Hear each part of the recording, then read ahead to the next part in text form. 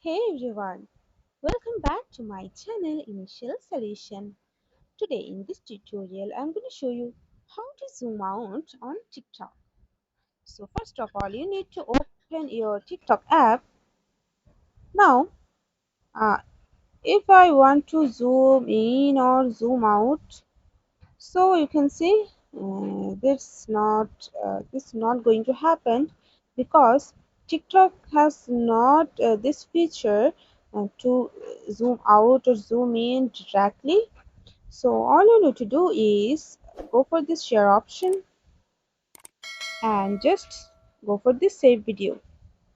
So okay, it's done.